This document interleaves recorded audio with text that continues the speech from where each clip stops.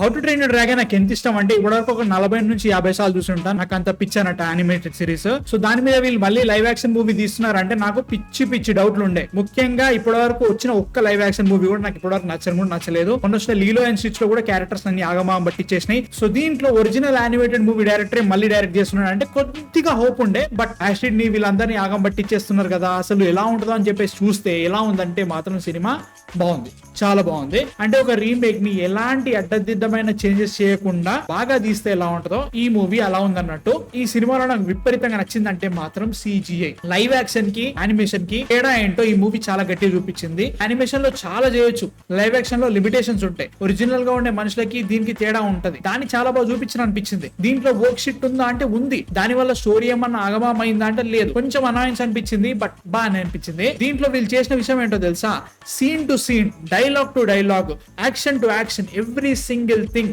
ఎట్లున్నదో అట్లే తీసారు. ఎక్కడ కూడా డీవియేట్ కాలేదు. నీకు యానిమేటెడ్ మూవీలో ఎలా ఉంటుందో ఎగ్జాక్ట్లీ అలానే ఉంటది ఈ సినిమా కూడా. కాకపోతే కొన్ని చిన్న చేంజెస్ చేశారు. అవి చూసినప్పుడల్లా నాకు చిరాకు లేసింది. అంటే టెక్నికల్లీ నేను యానిమేటెడ్ మూవీకి చాలా పెద్ద ఫ్యాన్ అవ్వడం వల్ల నాకు అవి ఈజీగా కనబడ్డాయి. లైక్ కొత్తగా చూస్తున్నారు, ఫస్ట్ టైం చూస్తున్నారు అంటే మాత్రం అవి పెద్ద ప్రాబ్లం కాదని ఫీలింగ్ వస్తుంది అనమాట.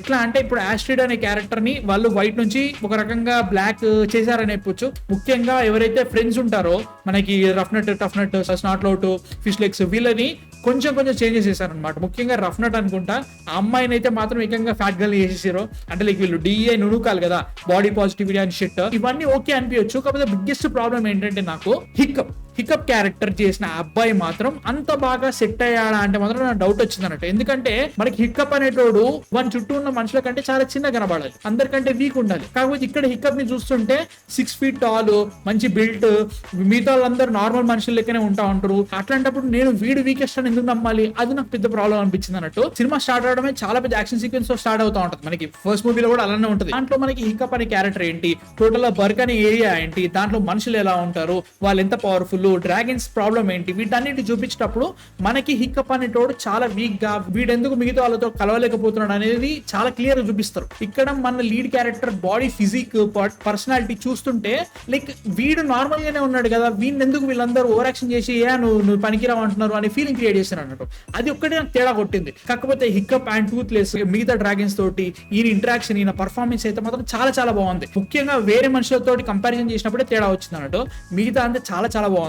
హికప్, టూత్లెస్ చెప్తున్నా కదా, యాజ్ ఇట్ ఈస్ దించారు కాబట్టి నాకు అంత ప్రాబ్లమ్స్ ఏవి రావట్లేదు. యాజ్ ఇట్ ఈస్ దించడం వల్ల ఏమైనా ప్రాబ్లం ఉందా అంటే అట్లేమీ లేదు. లైవ్ యాక్షన్స్ లో కొన్ని లిమిటేషన్స్ ఉంటాయి, అవి కనబడ్డాయి. But I don't care actually. ఎందుకంటే నాకైతే యానిమేటెడ్ మూవీ బాగా కనబడ్డది ఈ సినిమాలో, నాకు అది ఓకే. బట్ చాలా మంది యానిమేటెడ్ మూవీ చూడలేదేమో, కాబట్టి వాళ్ళకి ఇది చూస్తే ఇంకెక్కువ వచ్చేమో, నాకు అది అట్లా అనిపిస్తుంది అన్నట్టు. మ్యూజిక్ అయితే మాత్రం beat by beat exactly animated మూవీలో ఎలా ఉందో అలానే పెట్టారు. కొన్ని ఏరియాస్ లోనే చేంజెస్ అవి తెలిసిపోతున్నాయి. ముఖ్యంగా నాకు, ఎందుకంటే చెప్తున్నా కదా 30-40 సార్లు చూసాను. ఎవ్రీ బీట్, ఎవ్రీ డైలాగ్ గుర్తుంటది. ఎగ్జాక్ట్లీ అలానే పడతా ఉంటే అక్కడక్కడ కొంచెం చేంజెస్ రాగానే ఇక్కడ చేంజ్ చేశారనే ఫీలింగ్ వచ్చింది. That was really well done. Cinematography, CGI, music, every single thing worked in this movie. ఇట్లా ట్రై చేయండి చేస్తే మీరు లైవ్ యాక్షన్ మూవీస్. అనవసరంగా నారేటివ్ ని, క్యారెక్టర్స్ ని చేంజ్ చేసి ఖరాబ్ చేయకండి. మీ ఒక్కలో మోడర్న్ ఆడియన్స్ ఎక్కడ ఉండడు, ఆడియన్స్ ఒకడే ఉంటాడు. వాడు ఇట్లాంటి టైమ్లెస్ స్టోరీని టైమ్లెస్ లానే చూస్తాడు. అమ్మో ఇప్పుడు నేను 2025 లో చూస్తున్నా కాబట్టి చేంజెస్ అంతేమీ లేదు. అక్కడ చాలా బాగుంది. ఇప్పటివరకు యానిమేటెడ్ మూవీ చూడలేదంటే మాత్రం చూసేసండి, ఇబ్బంది లేదు. But the biggest question is, ఈ సినిమా చూడాలా యానిమేటెడ్ మూవీ చూడాలా అంటే మాత్రం యానిమేటెడ్ మూవీ చూడండి, మీకు వేరే లెవెల్ ఎక్కేస్తుంది.